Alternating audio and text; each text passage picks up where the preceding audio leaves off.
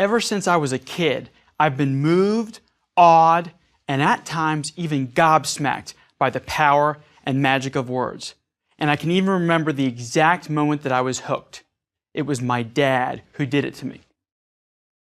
Now, my siblings and I were Army brats, living on post in Fort Bragg, North Carolina.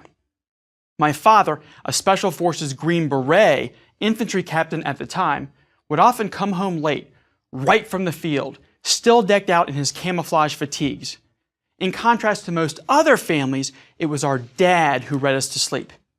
He'd turn off our bedroom lights, flick on his military-issue field flashlight, you know, the kind with a 90-degree bend, with a red lens over the bulb, which lent his face an eerie glow as he began telling his stories. Now, this particular night, we were reading J.R.R. Tolkien's classic fantasy trilogy, The Lord of the Rings. And in a passage describing one of our favorite characters, the wise wizard Gandalf the Grey, he read, "The last thing that Pippin saw as sleep took him was a dark glimpse of the old wizard huddled on the floor, shielding a glowing chip in his gnarled hands between his knees." I can still remember my dad saying, "Gnarled, the perfect word. It even sounds like what it means. Listen again." And as he so often did, he read the sentence again, savoring the word gnarled this time. "What's gnarled mean?" we asked. We were hooked. Twisted and knotted. Can't you just picture this ancient sorcerer with knotted, twisted hands like this, lighting his pipe? My dad acted out Gandalf huddled over, lighting an imaginary pipe, using his flashlight as the glowing chip. We went on to discuss other twisted and knotty things, like branches and ropes. And then my dad challenged us. "See how many gnarled things you can find tomorrow, and tell me at dinner." The next day, I had an epiphany. I saw gnarled tree trunks, gnarled branches, even a woman's gnarled features as she screwed up her face at her unruly kids in the grocery store. How did so many gnarled things suddenly pop up overnight? Now, I tell you this story because it demonstrates the power of words to change how we see the world. Of course, gnarled things had always been there, but it took me learning a word to really see those things for myself. A word made all the difference. So when people ask me, why should I spend my time and effort improving my vocabulary? Do words really matter? Well, as my story illustrates, I definitely believe that they do. And not only because learning new words like gnarled can give us joy and even change our very perception of the world. I also know the practical value of developing a rich vocabulary. Indeed, our ability to use vocabulary effectively is one of the primary means by which we communicate and connect with the important people in our lives, our colleagues at work, our family and friends, and even the wider world. Choosing the just right word adds precision and clarity to our speech and our writing. Words are tools we use to inform, advise, persuade, and reason. Words really do matter. But where do we start? I mean, there are so many words to learn and so little time. Well, what we really need is a structured approach, a framework that we can use for a lifetime of vocabulary learning. And that's exactly what I'm going to give you today. I'm going to identify 5 core principles for building and using a rich vocabulary. And if you honor these principles and the strategies that arise from them, you'll have an efficient method for harnessing the power of the English language. Now, before I enumerate these principles, however, let's explore an important general concept in vocabulary learning, the dimmer switch phenomenon. Okay, now learning words is not an all or nothing affair, as though one moment we've never heard a word before and then, bang, immediately after looking it up in the dictionary, we become an expert user of that word. That would be like flipping a light switch from off to on.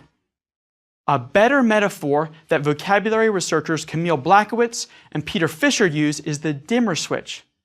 Now, my own family has a dimmer switch in our dining room, and we can gradually increase the amount of light that we want. This is how vocabulary learning works, gradually and incrementally. First, we learn the dictionary definition of a word. Then gradually we become more comfortable with how that word is used in various contexts as we try it out ourselves. So to give you a more concrete sense of this dimmer switch phenomenon, I'm going to say 3 vocabulary words out loud in a few moments, and I'm going to ask you to rate your knowledge of each word on a vocabulary knowledge scale. Now, this scale is from the work of educational researchers Edgar Dale and Joseph O'Rourke, who proposed 4 levels of word knowledge. So on the scale, a rating of 1 means I do not know the word and I have never seen it before. A rating of 2 means I've heard the word before, but I'm not sure what it means. A rating of 3 means I know the word and can recognize and understand it while reading, but probably wouldn't feel comfortable using it in writing or speech. And a rating of 4 means I know the word well and I can use it in writing and speech. Okay, that's the scale. Now here are the 3 vocabulary words. Rate your knowledge of each as a 1, 2, 3, or 4. The first word is ambitious. Rate your knowledge of ambitious. The second word is factotum. Rate your knowledge of factotum. The third word is procrustean. Rate your knowledge of procrustean. What was your rating for each word? Now, I've used this activity a number of times, and most people rate ambitious as a 4. They feel they can use this word comfortably in speech and writing. Most people rate factotum a little lower, possibly a 2 or a 3. They've heard the word factotum before, but beyond a general sense of it referring to a person, wouldn't feel comfortable using it in speech. However, these people could probably figure out the word's meaning in supportive context. And most people rate procrustean as a 1. They've never heard the word before. Now, before we dig into the meanings of these words, let's discuss what this activity shows us. Like a dimmer switch gradually growing brighter, our knowledge of words is not an all or nothing affair. Or to use a different metaphor, some words, those we rate as 4, are like our good friends. We feel comfortable with them. We've known them a long time. Some words, the ones we rate as 2s or 3s, are acquaintances. We know them, but not really well. And some words, the ones, are complete strangers. So as you learn new words throughout this course, remember the dimmer switch metaphor. Don't feel that you have to master them immediately like an on-off switch. It may take some time and practice before you feel that you're comfortable with a new word, just as it may take a while for a complete stranger to become a close friend. In fact, we know from vocabulary research that it takes multiple exposures across many different contexts before we really start to know a word. For example, one study found that school-age students needed 12 encounters with a word to make a difference in their comprehension of a passage containing that word. So, now that we appreciate the dimmer switch phenomenon, what are those 5 principles I mentioned a moment ago? The principles of effective vocabulary learning. Well, why don't we use one of the words that we just encountered to introduce these principles in a very practical way? Let's explore the word factotum as an example of best practices in vocabulary learning. Best practices that we'll use throughout this course. So first, let's start with a clear definition. A factotum is someone hired to do a variety of jobs, someone who has many different responsibilities, a jack of all trades. Second, place the word factotum in context. How might factotum sound in a sentence? Tessa, the office factotum, does the billing, answers the phones, fills in the PR department, and even knows how to bake a mean blueberry scone. She's indispensable. Okay, third, make connections to the word. What are some examples of a factotum? A factotum might be a general handyman around the house, someone that you hire to do a variety of odd jobs, from plumbing to fixing a window to painting a room.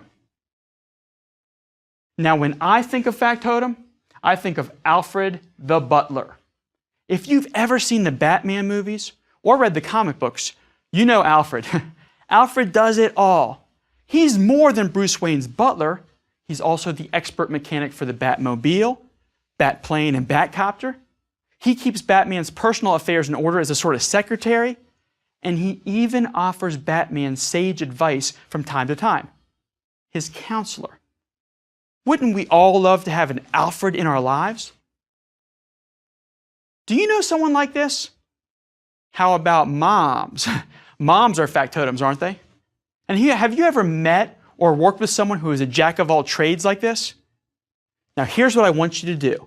Picture the word factotum next to this person's face. Make a personal connection with that vocabulary word. So, you've defined the word, you've used it in a sentence, and even made a personal connection. But how can you remember this word so you don't forget it 3 weeks from now? Now, I remember the first time I read the word factotum in a book during college. The context was not rich enough to help me figure out the meaning. So feeling motivated that day, I looked it up in a dictionary. But then I didn't see factotum again for many years, not until after college. And at that point, I couldn't remember what the word meant. I was frustrated because I knew I'd spent time looking the word up years before, but it hadn't stuck in my long-term memory. Sound familiar? However, in between my two factotum encounters, I learned one of the secrets to vocabulary acquisition, which brings me to our fourth principle of vocabulary learning. You see, I've been taking graduate literacy education courses at the University of Virginia and learned that a little knowledge of morphology, our language's system of meaning, can help us better remember a word's meaning and make it our own. So this time, I took the time to look deeper into the word and found out that the root, fac, which begins factotum, is from the Latin verb facio, meaning to make or do. So what other English words do you know that start with fac? How about factory? Factories make things, and people in factories do things. They're busy places. Factory became my key word for the root fac. The meaning of the key word, factory, helped me remember the meaning of the root fac.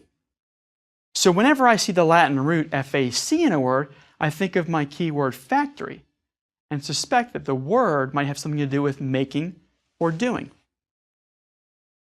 Now the Latin word totum, the second part of factotum, means all and is the source for the English word total. So, a factotum is someone who does everything. Factotums literally do it all. And if you remember factotum this way, you'll never forget it again. 3 weeks, 3 months, or even 3 years from now. So, do you feel like you know factotum pretty well now? What did we do to make this word so memorable? We followed 4 principles of vocabulary learning that we'll be using throughout this course. Definitions, context, connections, and morphology. First, for each target word, I'll provide you with a clear definition that distills the critical aspects of what a word means, and just as importantly, what it does not mean. Second, I'll place each target word in the context of a sentence, so you can actually get a feel for how it's actually used. Now remember, words were born and live in context, not in vocabulary books or lists.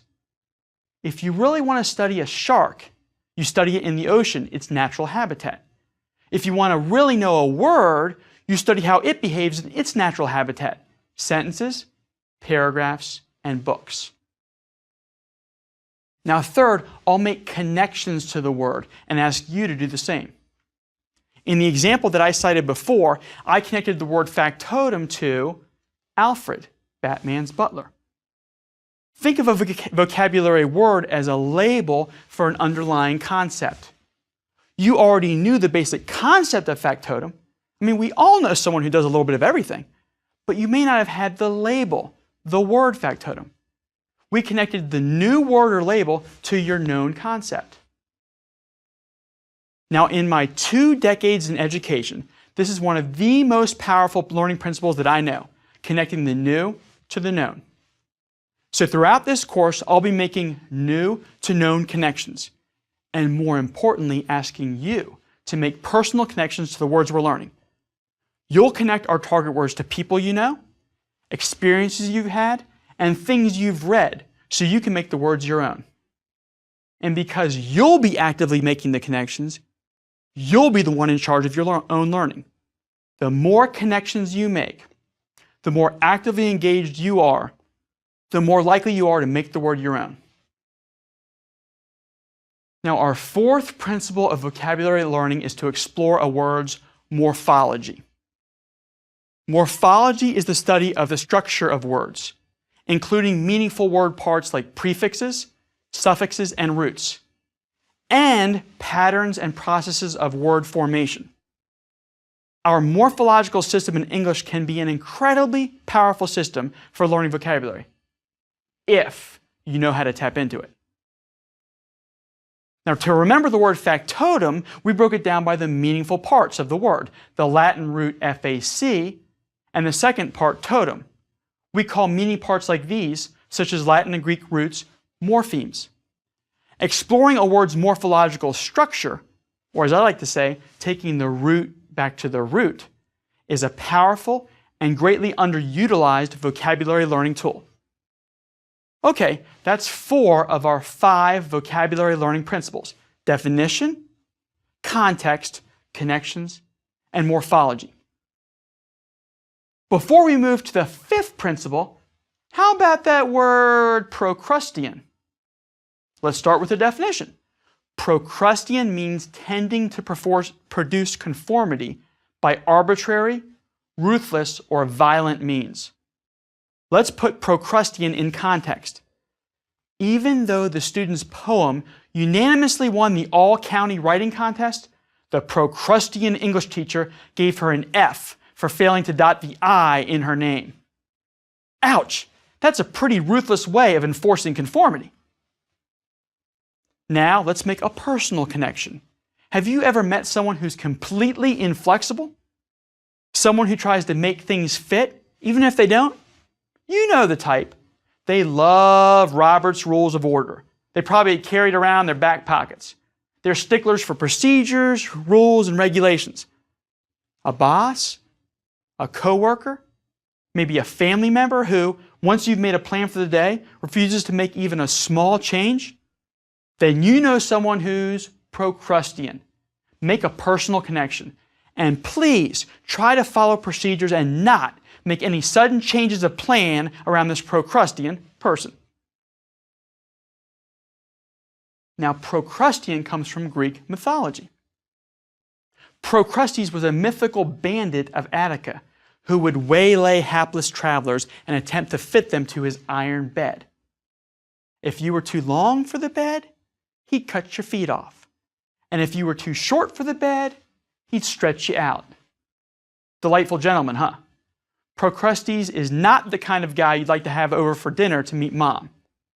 And a Procrustean bed has come to mean an arbitrary standard to which something is forced to conform. Now, I just told you an etymological narrative about Procrustean. The etymology of a word is its history, including its origin, its evolution, and its spread to other languages, and its shift in meaning and form over time. And a narrative is a story.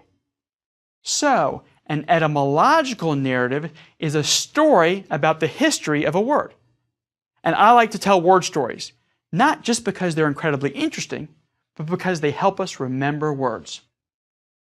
As cognitive psychologist Daniel T. Willingham notes, our minds are hardwired to remember stories.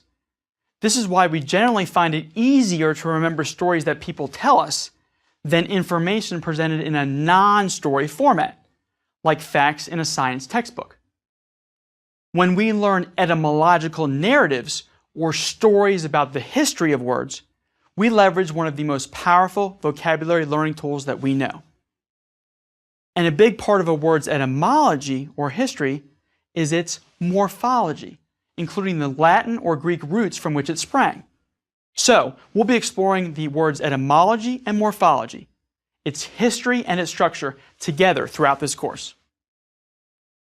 So, we already have 4 important principles or tools in our learning toolbox. But once we've used these principles to learn dozens or even hundreds of new words, what do we do with all these words? How do we organize them in a way that actually makes sense? How do we store these words in our mental lexicon, in our mental library of word meanings, so that when we need to retrieve them and actually use them, we know where to find them? This brings me to our 5th vocabulary learning principle. Word learning should be structured. And indeed, the best structure for learning new words is one that reflects the way that our brain naturally organizes and stores information. So to illustrate this, let's conduct a little memory experiment. I'm going to read a list of 12 words aloud. When I'm done, I'm going to ask you to repeat them. If you're able, pause the lecture at that point and try to repeat or write down as many of the words as you can remember. Don't write anything down just now, just listen and try to remember. Okay, are you ready? Here we go. Enchilada, soccer, Louis Armstrong, football, burrito, Dizzy Gillespie, hockey, Glenn Miller, taco, lacrosse, Oscar Peterson, fajita. Okay, now press pause and repeat or write as many words as you can. How many words could you remember? How many were you absolutely sure of? How many did you say, but were uncertain if they were even on the list? Okay, now we're going to try this experiment one more time with one small exception. I'm going to read the same list of items aloud. However, I'm going to read them in a different order. And at the end, press pause if you can, and try to repeat or write down as many of the words as you can remember. Okay, ready? Here we go.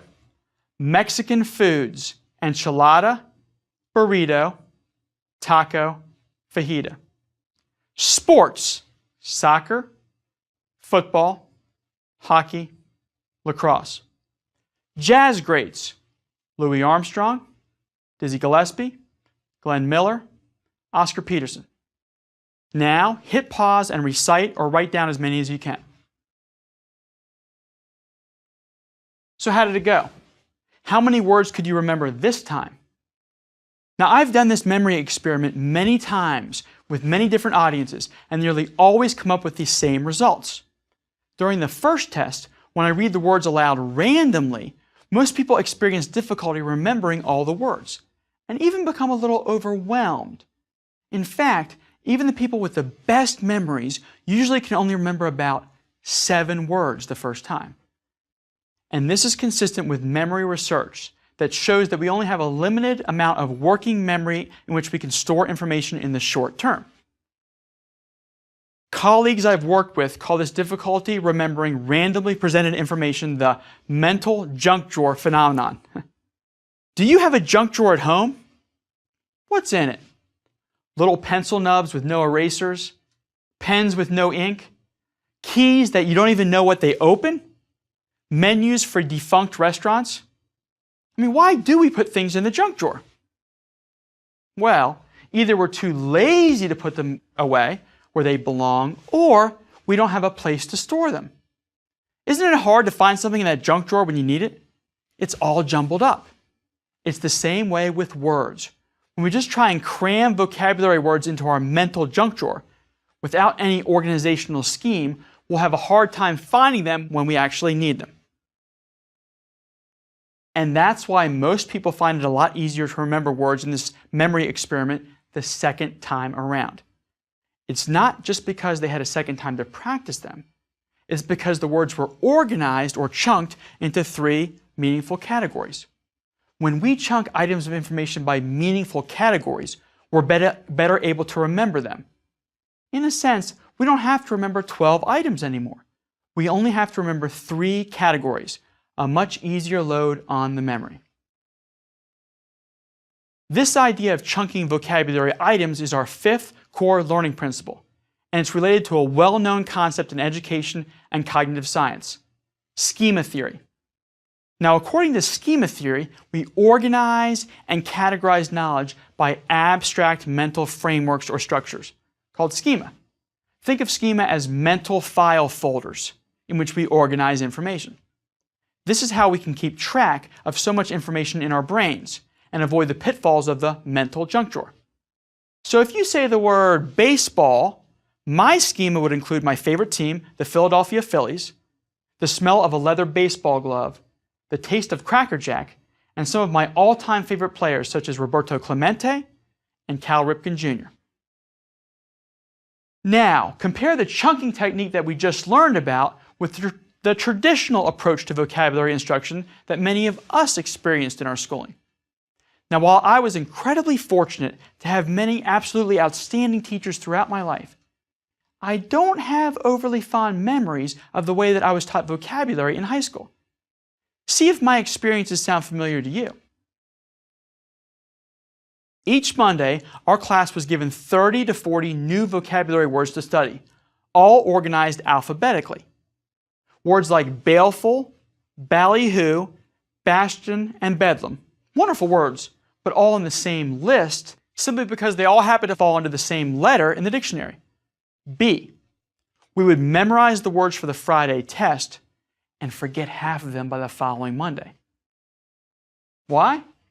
Because we were trying to memorize these words by rote, stuffing them into our mental junk drawer, not making connections among them, and certainly not organizing them by the way our minds worked. The words were not organized by schema or chunked by common meaning. So, how should we organize vocabulary words? Well, let's take the word kerfuffle, which means a commotion, disorder, controversy, or fuss. Wouldn't it make sense to examine kerfuffle alongside related words like imbroglio, melee, hullabaloo, tussle, Donnybrook, and spat? If this was our list for the week, we'd not only study the common meaning they all shared, a type of disagreement or fight, but, just as importantly, we would examine the finer shades of distinction and nuances of meaning among these words, exploring which words implied a more violent, serious confrontation, like a Donnybrook or a melee, and which referred to a gentler disturbance, like a tussle or spat.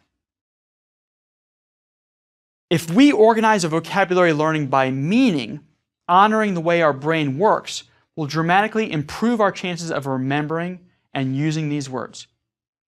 Now, we refer to organizing words by meaning like this as semantic chunking. In this way, when we go to retrieve the word that we want, we'll know where we stored it in the first place, instead of going on a wild goose chase for the word in our mental junk drawer. So there you have it, the 5 core principles of effective vocabulary learning: definition, context, connections, morphology, and semantic chunking. Together, these principles give us a solid foundation for building a better vocabulary.